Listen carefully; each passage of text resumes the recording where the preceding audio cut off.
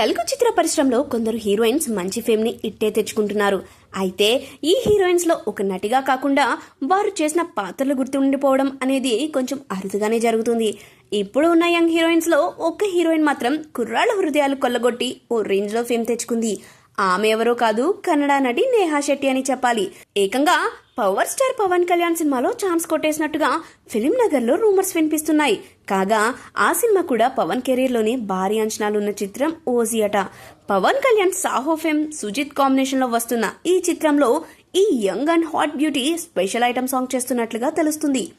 ఇప్పుడు నడుస్తున్న బ్యాంకాక్ షెడ్యూల్లోనే ఈమెపై అక్కడే ఈ సాంగ్ ని మేకర్స్ చేస్తున్నట్లుగా ఇప్పుడు తెలుస్తుంది. అయితే పవన్ ఈ సినిమా షూటింగ్ లో లేరని తెలిసిందే.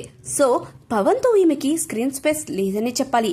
బహుశా ఈ సినిమాలో కీలక పాత్ర పోషిస్తున్న బాలీవుడ్ నటుడు ఇమ్రాన్ హష్మీతో ఈ సాంగ్ ఉండి ఉండొచ్చు అని చెప్పాలి.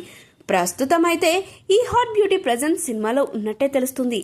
మరి చూడాలి ఈమె కేవలం ఇమ్రాన్తోనే ఉంటుందా అనేది.